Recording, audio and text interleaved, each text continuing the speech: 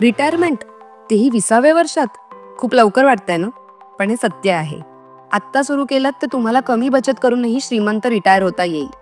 चला, आजपासूनच retirement fund कसा तयार करायचा ते पाहूया. स्टेप 1. थोडक्याने सुरुवात करा, पण आत्ताच करा.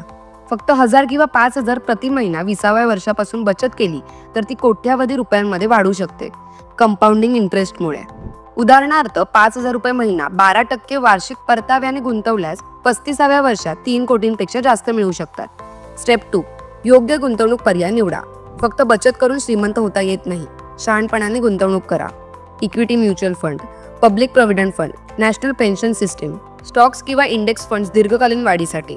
जोखीम आणि परतावा यांचं संतुलन साधण्यासाठी विविध गुंतवणूक ठिकाण निवडा. स्टेप 3. उत्पन्नासोबत बचतही वाढवा.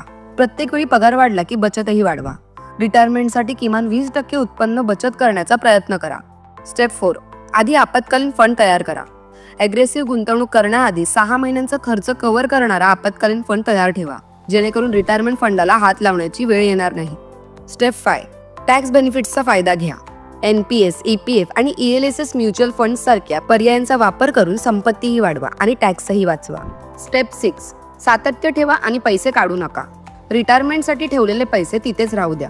जितका जास्त वेळ ते गुंतवले जातील तितकं ते जास्त वाढतील. तुमचं वय 20 असतानाच ही सुरुवात सर्वोत्तम ठरते. आज शहाणपणाने बचत करा, म्हणजे भविष्यात पैशाची चिंता न करता आरामात जीवन जगता येईल. अशा स्मार्ट मनी टिप्ससाठी आम्हाला फॉलो करा.